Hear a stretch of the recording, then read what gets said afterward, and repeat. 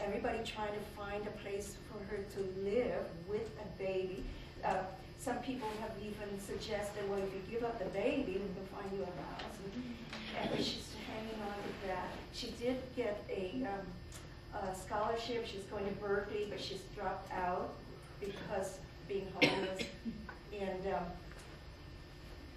And what makes this really hard is that this is her karma.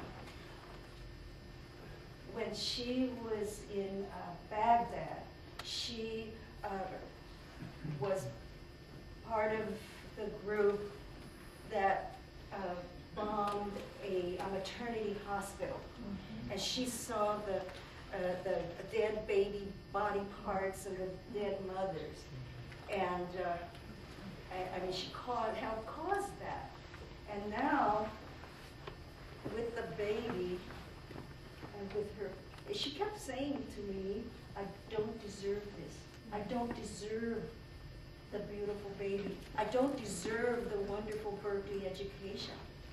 And that feeling of not deserving is starting to work on her, because now she's lost the Berkeley education, and she's doing all she can to keep the baby. The only way I could answer her, I think this is a Buddhist way, is that okay, so you killed a bunch of babies, you killed babies, but now the way life works is, here's your chance to raise a baby and to take care of one and do that very well. And that balances out things in a way. But I don't know whether she can, she has to really know that deeply.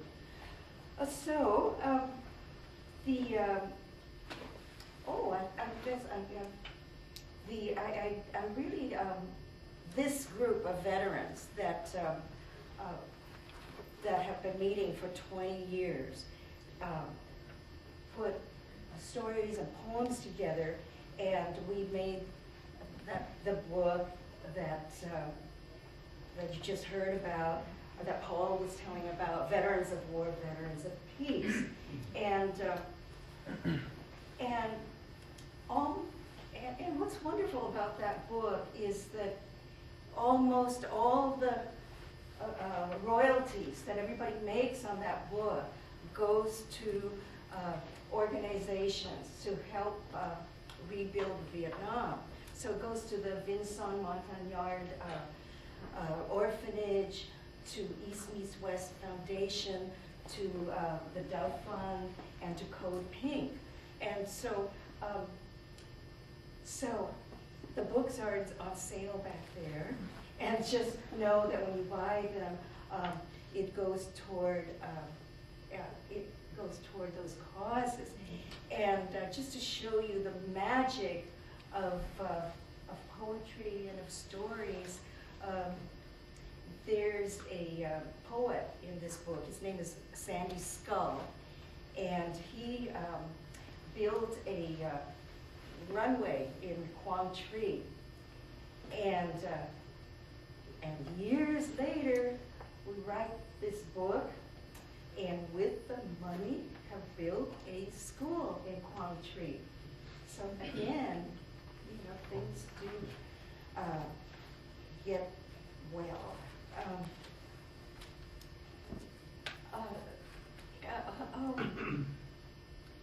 Last Saturday, this group met, and it was so miraculous. Every single person had a great project that they were using all their strength, this power that they have gained in the last 20 years of writing and meeting together. And they are more powerful than ever. And I just want to tell you about a few of the projects that people are working on. There's somebody who's a veteran who's saving the rainforest in Borneo. There's one who has a theatrical troupe who goes to Palestine and enacts the stories that they hear. And that troupe has been arrested by the Israelis. And then there's, there is a descendant of the Vietnam War. She is a Cham Vietnamese French American. So she's a young woman who, she is trying to stop the Vietnamese from buying a used nuclear power plant from the Russians and putting it in the middle of the Cham village. Okay, and this is a woman all by herself. She's just a kid. And so all of these projects coming out of experiences of war and out of making art out of war. Okay, now I am going to read to you about a demonstration that I was in, and this is something that I did without Grace, and didn't have Grace with me.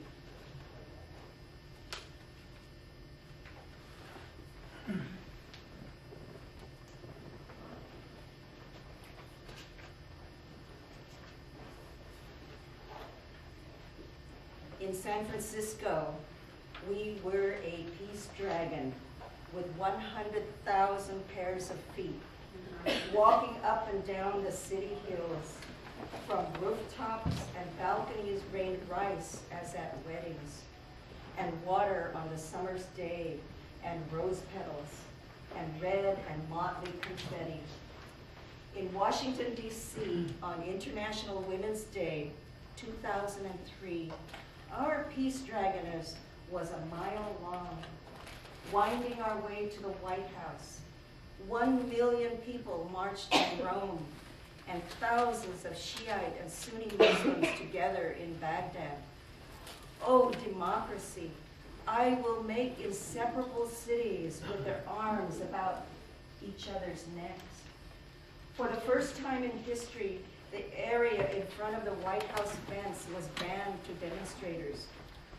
The U.S. Park Police stopped us at Pennsylvania Avenue. So we sat ourselves down upon the historic ground. Our house, our street.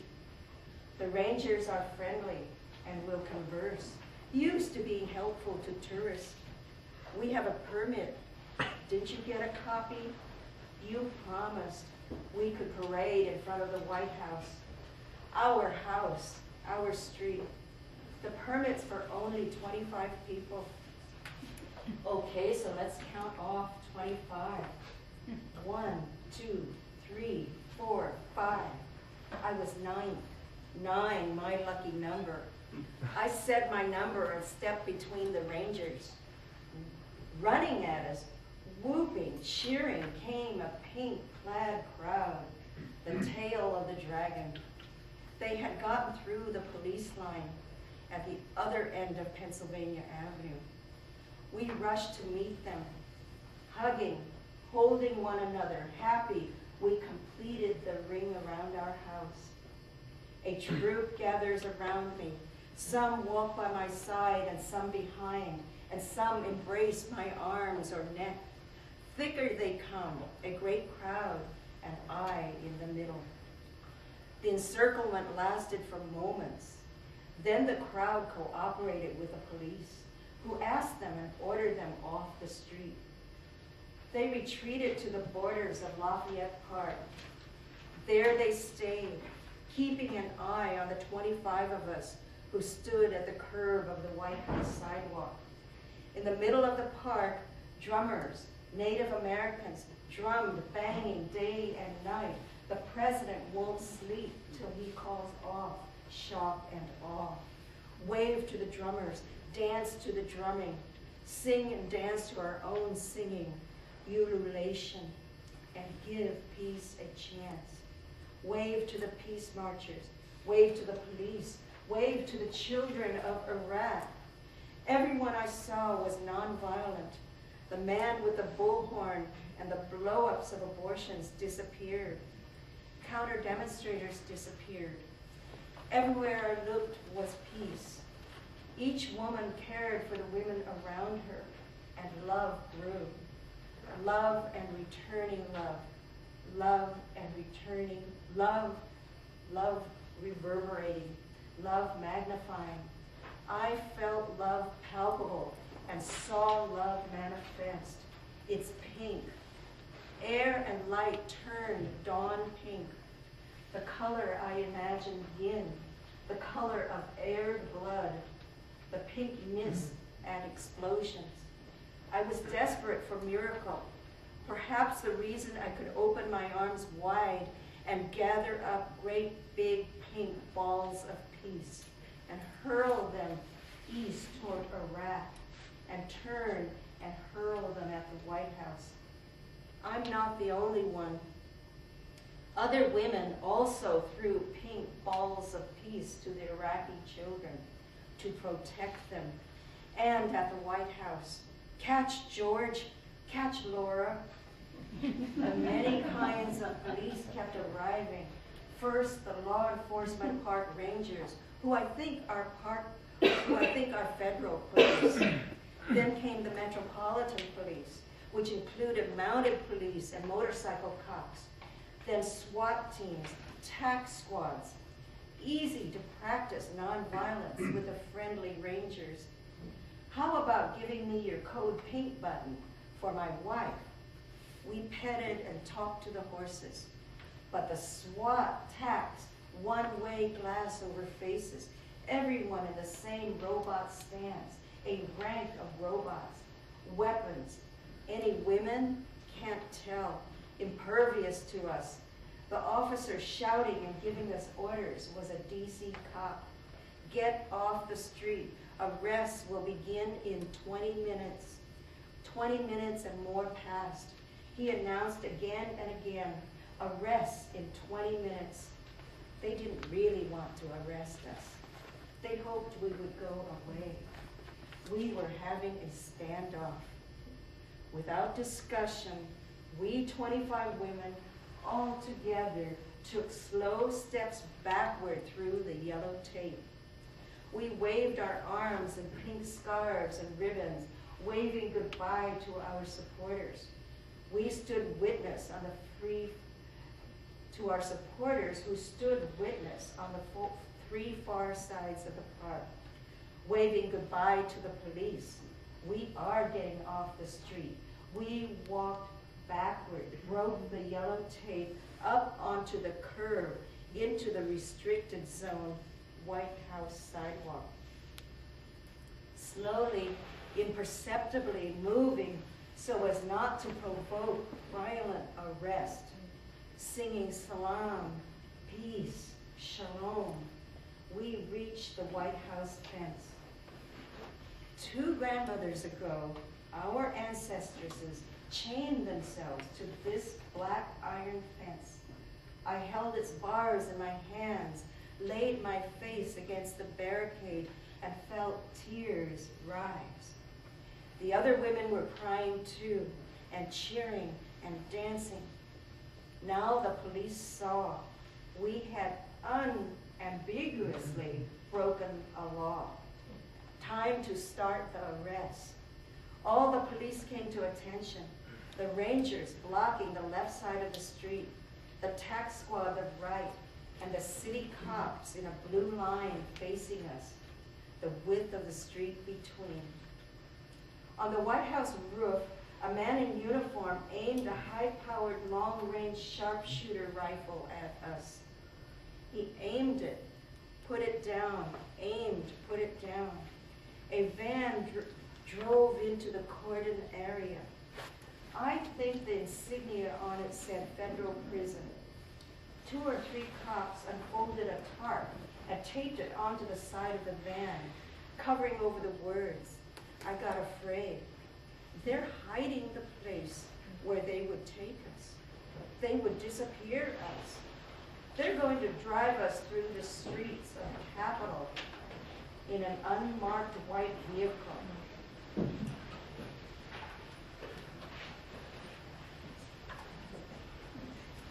Is it time for plans?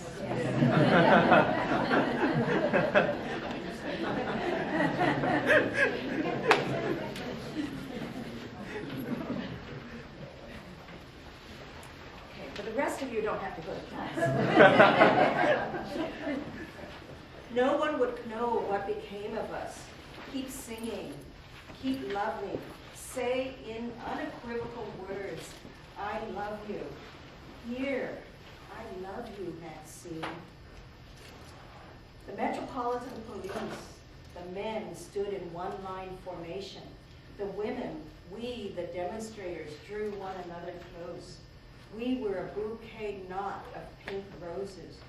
How can it be that all the cops are men and all for peace women?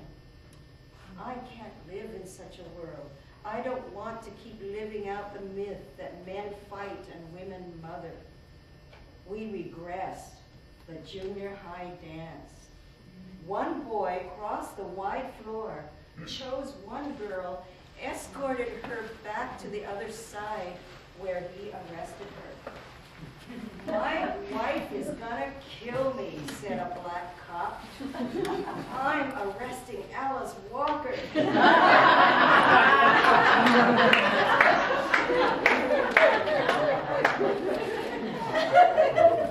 Don't hold hands with me, said a white cop, shaking off his partner, who was smiling up at him.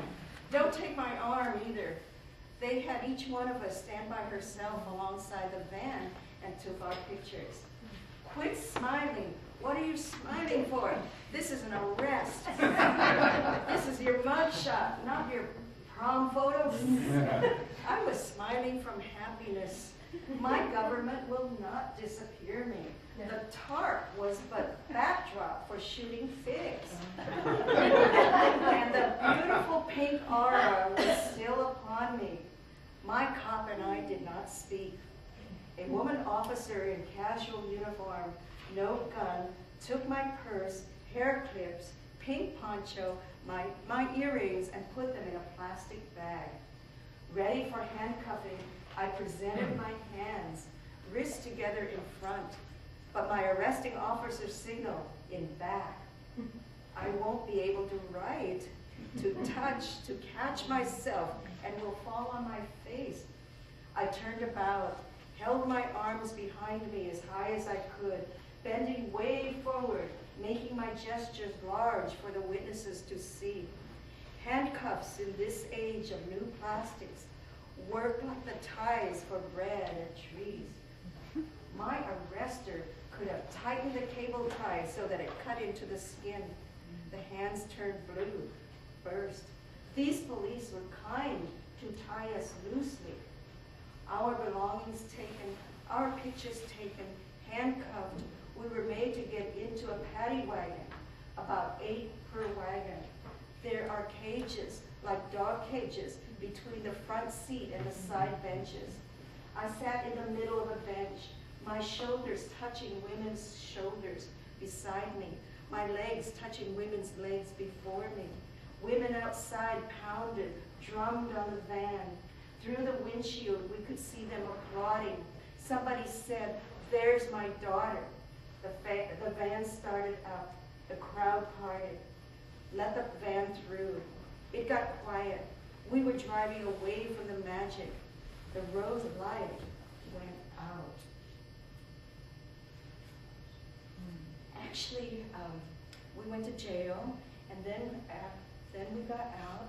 But all the time, really happy and singing, because it was, well, I think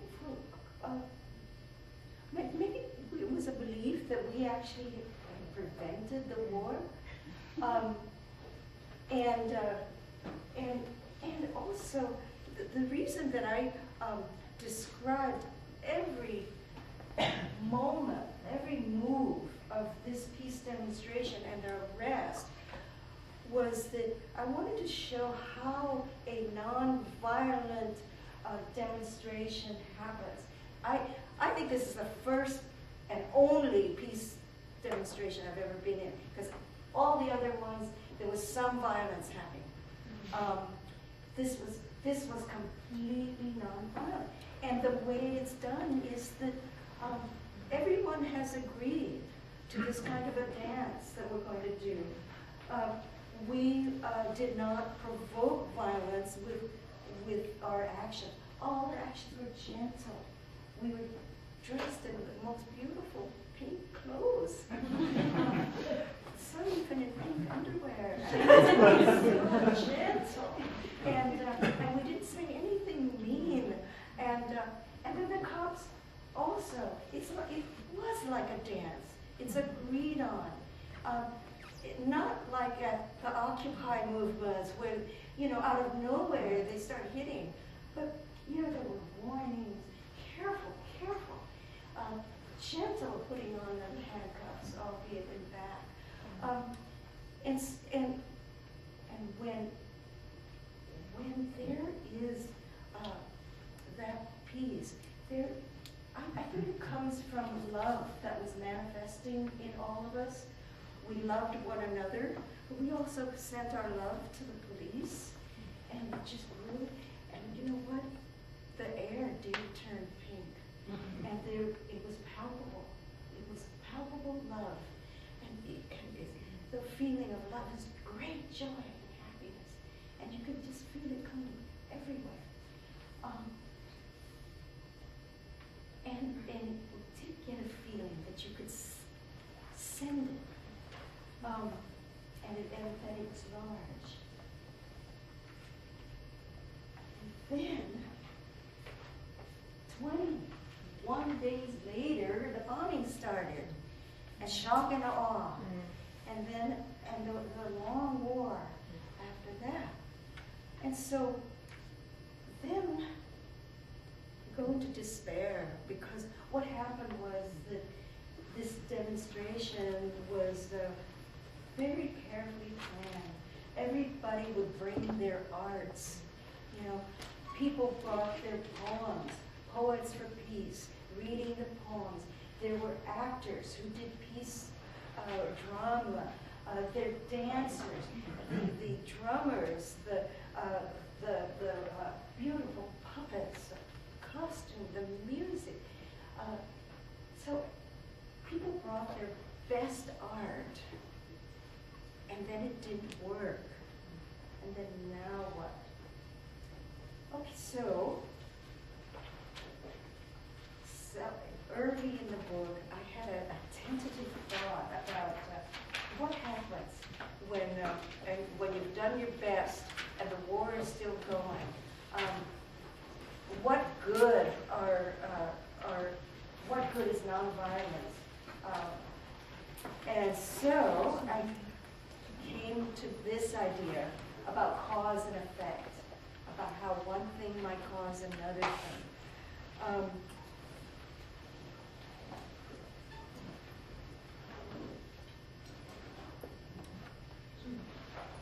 We do all these nonviolent gestures. They are so small. But what happens? Does it have effect? Could this be a possibility? An act of love I do this morning saves a life on a far future battlefield. And the surprising love I feel that saves my life comes from a person whose soul, somehow corresponding with my soul, doing me a good deed 1,000 years ago. I'm going to read it again, because I think the more we read this and the more we say it, the more possible it becomes, the more real it becomes. An act of love I do this morning saves a life on a far future battlefield. And the surprising love I feel that saves my life comes from a person whose soul, somehow corresponding with my soul, doing me a good deed 1,000 years ago. That makes sense?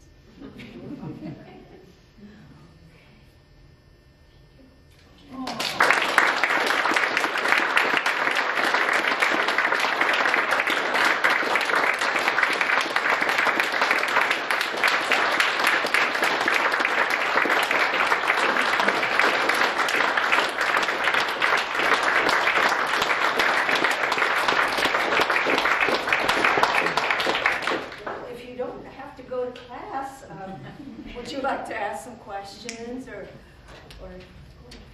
say something? Or, yes. I didn't understand the remark about the woman who got a used Russians into a reactor and brought it to her village. I got to say that again. The Vietnamese government at this time are negotiating to buy a used nuclear reactor from the Russians. From the Russians. I used one from the Russians. And they want to put it in this woman's village. And she's trying to stop it. And she's trying to stop it all by herself. She's the only one who knows about this. Yes, I saw you here. What were you charged with when you got arrested for protesting? It was for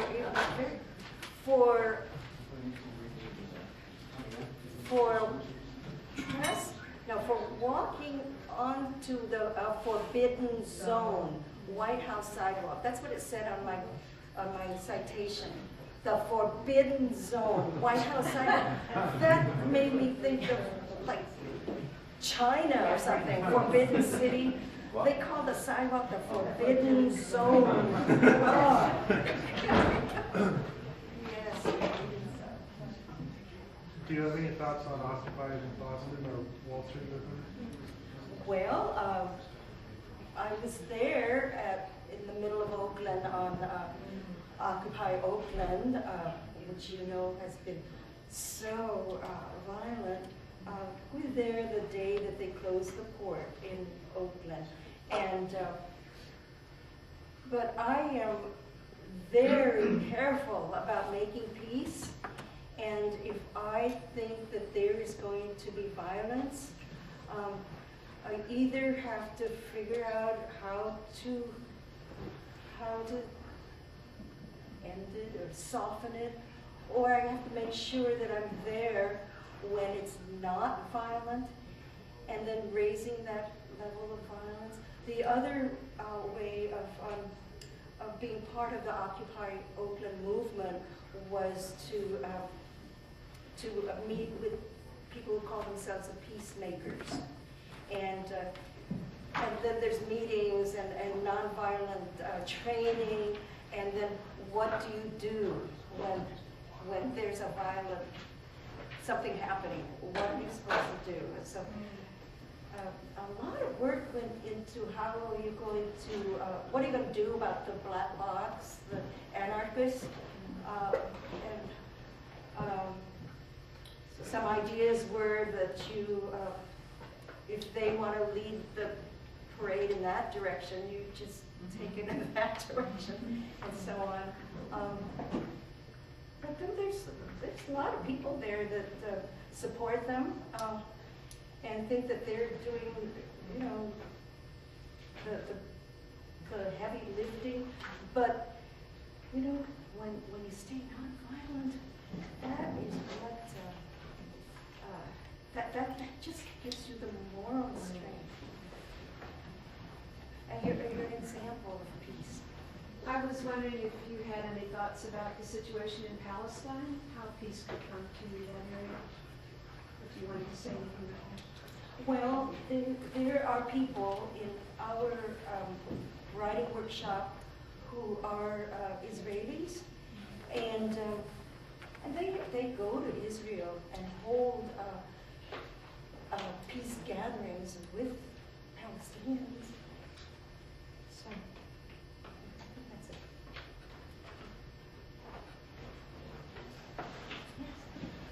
when there is violence